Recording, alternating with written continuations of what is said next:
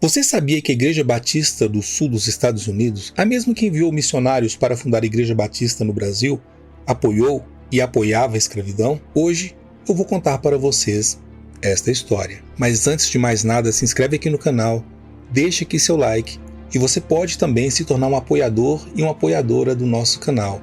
A partir de R$1 você pode colaborar para que nossas pesquisas continuem acontecendo. Eu vou deixar aqui o link do Apoia-se na tela e também na descrição do vídeo. O passado não é para ser esquecido, mas lembrado, e que sirva de aprendizado para as futuras gerações. Agora, vamos à nossa caçada de hoje.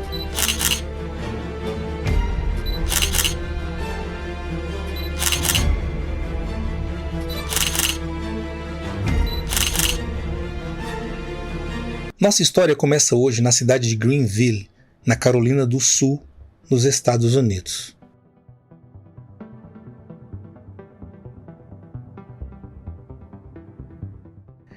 E é bem aqui, no cruzamento entre a South Irvine Street e a McBee Avenue, que se encontra do outro lado um marco muito interessante. Nesse local aqui foi fundada a primeira Igreja Batista do Sul dos Estados Unidos. Ou pelo menos aqui é o que o relato histórico nos traz.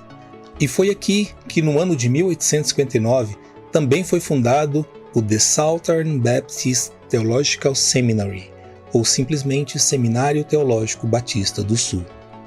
O seminário foi criado pela Convenção Batista do Sul, que havia sido fundada apenas 9 anos antes, em 1845, na cidade de Augusta, no estado de Geórgia, no sul dos Estados Unidos. E é importante entender e compreender que a Convenção Batista do Sul, a maior denominação protestante nos Estados Unidos, surgiu em 1845 como a Igreja dos Senhores de Escravizados do Sul. De onde eu tirei esta informação? Pessoal, qualquer historiador iniciante sabe que pesquisa histórica precisa de fontes. Eu vou apresentá-la para vocês. E agora, em 2023, mais de 170 anos depois, os líderes batistas do Sul não estão apenas reconhecendo sua história sombria, eles também a estão documentando. E isto é muito importante. Em dezembro de 2018, o Seminário Teológico Batista do Sul, principal instituição da denominação, ele divulgou um relatório de 71 páginas sobre o papel que o racismo e o apoio à escravidão tiveram na origem e no crescimento da Igreja Batista.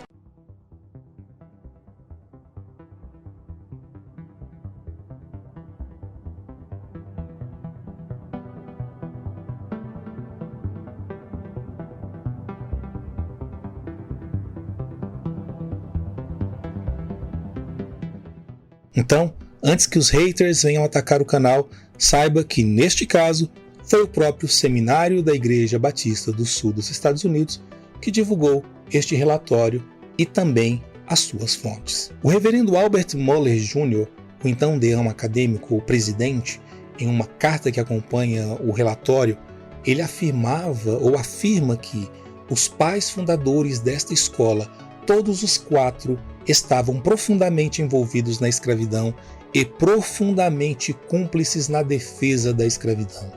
No final da década de 90, a Convenção Batista do Sul já tinha admitido a sua participação na escravidão. Isso que é importante entender. E na virada dos anos 2000, o seminário, sua mais importante instituição, viu que precisava ser dado um passo além disso, encarar essas realidades, por mais duras e cruéis que pudessem parecer. Cruéis mais para as vítimas. Mas neste caso especificamente, eles instituíram uma comissão de pesquisadores do próprio seminário e historiadores e produziram este relatório. E esse relatório foi divulgado pelo seu presidente no ano de 2018. E é este relatório que é o objeto deste vídeo e desta pesquisa de hoje. Mas em que de fato baseia esse relatório? Este relatório se baseia fortemente nos arquivos do seminário, incluindo as correspondências que foram trocadas entre os 4 fundadores, pois entre os 4 fundadores, eles mantiveram cerca de 50 pessoas escravizadas. Exatamente isso. Você já sabia dessa história? Deixa aqui nos comentários, quero saber se você já conhecia essa história. O relatório faz um importante reconhecimento. Ele reconhece que a única razão pela qual a Igreja Batista do Sul, ou Convenção Batista do Sul, foi separada do Norte, da Igreja Batista do Norte, foi porque os Batistas do Norte, ou os Batistas do Norte, se recusaram a nomear senhores de escravizados como missionários. A Convenção Batista do Sul, nos Estados Unidos, e o Seminário Batista do Sul, nos Estados Unidos, tinham interesse na manutenção da escravidão. Mas o que foi que descobriu a equipe dos historiadores do Seminário Teológico Batista do Sul? É muito importante, vou apresentar para vocês. São 13 importantes descobertas. A primeira delas, todo o corpo docente fundador, todo ele era escravista. James Boyce, John Brodus, Basil Manley Jr. e William Williams. Estes 4 juntos possuíam mais de 50 escravizados. E eles investiram capital em escravizados que poderiam render para os seus proprietários um retorno anual em dinheiro sobre esse tal investimento. Uma segunda importante descoberta. Os primeiros professores e curadores do seminário defenderam a legalidade da posse de escravos. Vários curadores proeminentes do seminário apresentaram defesas públicas da escravidão. James Reynolds, ele argumentou que a escravidão era de interesse dos próprios escravizados. Joseph Brown argumentou que a escravidão não era um mal necessário, mas sim uma instituição ordenada por Deus a ser perpetuada.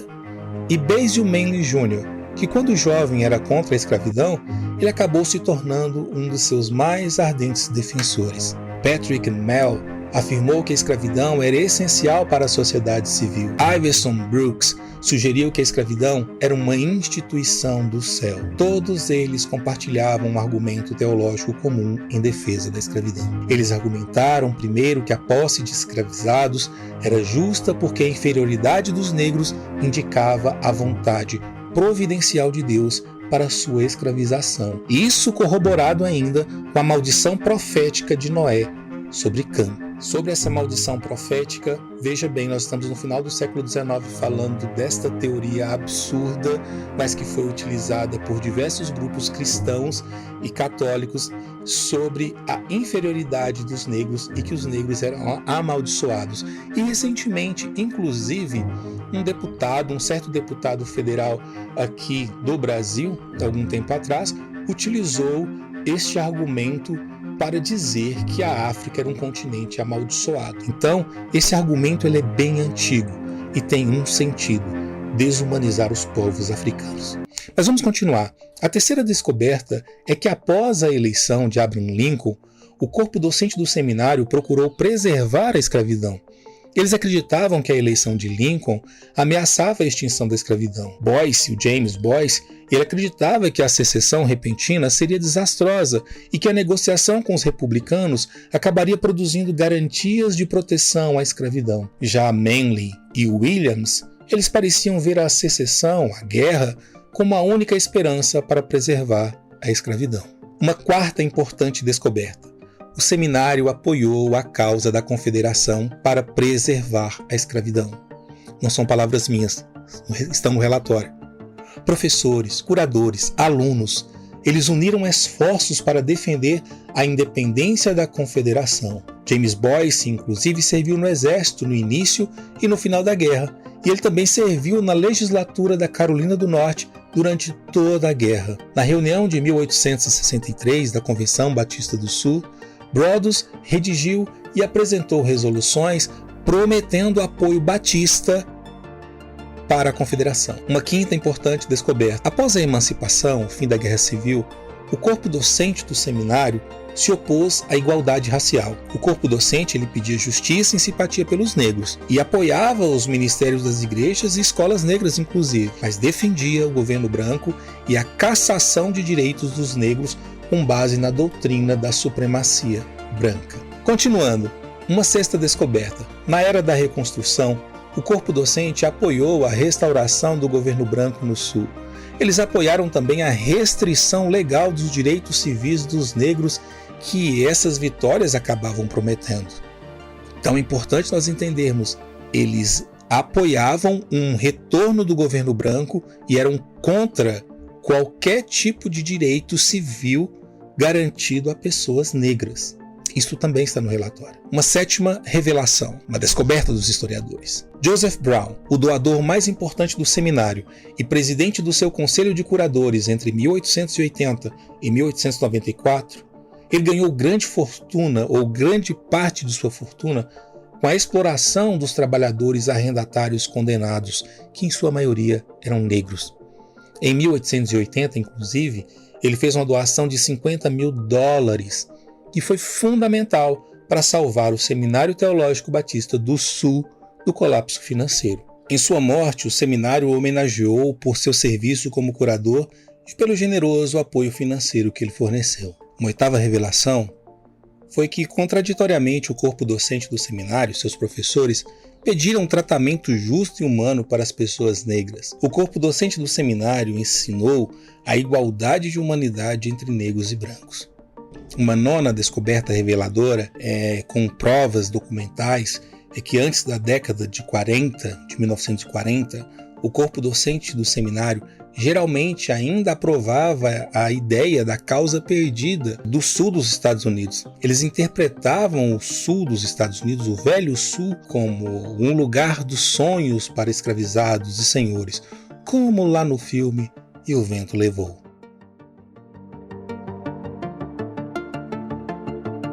E eles alegaram, inclusive, que o sul foi à guerra para defender sua honra, em vez da escravidão, e culparam os males do pós-guerra por erros da política republicana radical. Quais erros? O erro de conceder igualdade legal e voto às pessoas negras. Uma décima descoberta, que até a década de 1940, o corpo docente do seminário apoiava a educação negra e a segregação nas escolas e na sociedade. Pois é, eles apoiaram a educação teológica negra desde que fosse racialmente segregado, separado. Escola para negros, escola para brancos. Muitos membros do corpo docente ensinaram pregadores negros em institutos intensivos, em coordenação, por exemplo, com a Simons University, e em aulas particulares. Eles se recusaram regularmente a admitir candidatos negros qualificados para os programas de graduação do seminário e geralmente apoiaram a segregação racial em toda a sociedade. O seminário ainda insistia na ideia absurda da hierarquia racial da superioridade branca na cultura americana. Uma 11ª revelação é que no final do século XIX e início do século XX, o corpo docente do seminário apelou para a ciência para apoiar sua crença na superioridade racial branca. A faculdade acreditava que a ciência havia demonstrado a inferioridade negra. Eles estavam convencidos da superioridade da civilização branca e isso justificava a desigualdade racial. Escrevendo em 1882, Brodus, ele desenvolveu esse tipo de pensamento, concluindo que a suposta inferioridade moral negra estava ligada à inferioridade biológica. Já Mullins, sim, ele colocou a questão com muita firmeza. Ele dizia: é imoral e errado exigir que a civilização negra seja equiparada à branca. Esta é fundamentalmente a questão. Em sua opinião, a participação política negra era a principal culpada no problema racial. Já Charles Gardner concluiu que a ciência já havia estabelecido a inferioridade dos negros, apelando ali para estudos pseudocientíficos que concluíam que os brancos eram produtos de processos evolucionários mais avançados, e que o negro deveria de alguma forma ser levado ao franco reconhecimento de sua inferioridade racial. Uma 12ª descoberta é que o seminário, na verdade, admitiu negros nos seus programas de graduação a partir de 1940, e ele integrou suas salas em 1951. O presidente do seminário, John Sampen, naquela época, e o corpo docente, os professores, eles estavam convencidos de que deveriam admitir candidatos qualificados, e começaram a fazer a partir da década de 40. Mas no estado do Kentucky havia uma dessas leis de Jim Crow, uma dessas leis absurdas, segregacionistas, que era uma lei conhecida como Lei Diurna. Ela proibia a educação integral, portanto, por 11 anos, estudantes negros receberam instrução fora do campus ou apenas na sala dos professores. A maioria deles se reuniam em centros comunitários no centro de Louisville. O primeiro graduado negro do seminário foi Garland Offutt. Ele conseguiu seu mestrado em 1944 e posteriormente foi admitido até para o PhD nessa mesma universidade. No entanto, sob orientação legal, o seminário não permitiu que Garland Offutt recebesse o seu diploma na cerimônia de formatura, mas, em vez disso, foi dado o diploma para ele num culto no final do ano. Uma 13ª descoberta reveladora é que o corpo docente do seminário apoiou direitos civis dos negros com ressalvas, mas teve avaliações mistas sobre o movimento dos direitos civis. Muito embora o corpo docente do seminário geralmente exigisse o cumprimento de uma decisão de integração, que é uma decisão da Suprema Corte americana de 1954. Eles defendiam que essa lei devia ser cumprida, mas com uma abordagem mais moderada, para promover os direitos civis dos negros. E eles se sentiam tanto quanto desconfortáveis com as táticas de ação direta do Dr. Martin Luther King. Mas mesmo assim, o seminário convidou o Dr. Martin Luther King para palestrar em 1961 e passou a apoiar cada vez mais o movimento dos direitos civis dos negros. Após isto, o seminário convidou outros líderes dos direitos civis para ministrar palestras e também nomeou o seu primeiro acadêmico negro para o corpo docente, já tardiamente, em 1986. Os detalhes desta descoberta estão no relatório que eu deixo aqui na descrição do vídeo para vocês. Mas é importante compreender uma coisa: anacronismo. Anacronismo talvez seja uma palavra que devemos analisar aqui. Anacronismo na história é como se você olhar para o passado com os valores do presente. Mas é que é importante entender que a escravidão e o racismo eram imorais no passado e a escravidão e o racismo continuam sendo imorais no presente e ilegais. E isso é importante entender. Trazer à tona essas questões foi necessário para tratar do problema. A Convenção Batista do Sul dos Estados Unidos, junto com seu seminário, apoiou a escravidão e o discurso de supremacia branca e eram essencialmente racistas.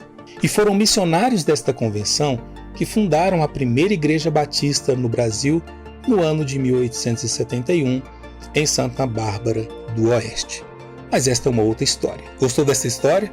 Apoie nossas pesquisas. Eu vou deixar aqui para vocês o link do Apoia-se, para você nos dar aquela força para continuarmos nossa pesquisa. Deixe também o Pix na descrição do vídeo.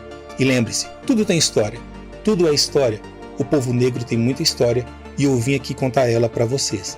Mas espera um pouquinho, tem uma informação a mais para vocês. Sabe esse local aqui onde foi o lugar da primeira igreja batista, do primeiro seminário teológico batista do Sul? Pois é, alguns anos depois, esse seminário foi mudado ou transferido para a cidade de Louisville, no Kentucky. Então, tem algo interessante no seminário que eu quero mostrar para vocês. Vem comigo.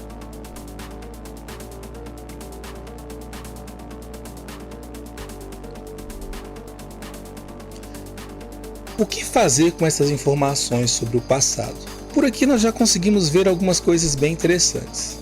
Aqui nós temos um prédio que leva o nome de um escravista. Se nós formos um pouco mais atrás, nesse lindo gramado aqui atrás, vamos procurar uma posição para podermos contemplar melhor. Quero mostrar algo para vocês. Olha que lugar lindo. E ali, bem no canto, existe uma biblioteca. Uma biblioteca James Boyce. Biblioteca que leva o nome de um escravista. Eu estou trazendo apenas os fatos. O que você acha que deveria ser feito quando nós descobrimos edifícios que têm o nome de pessoas que foram escravizadores? Eu tenho algumas opiniões sobre isso, mas isso é outra história. Até mais!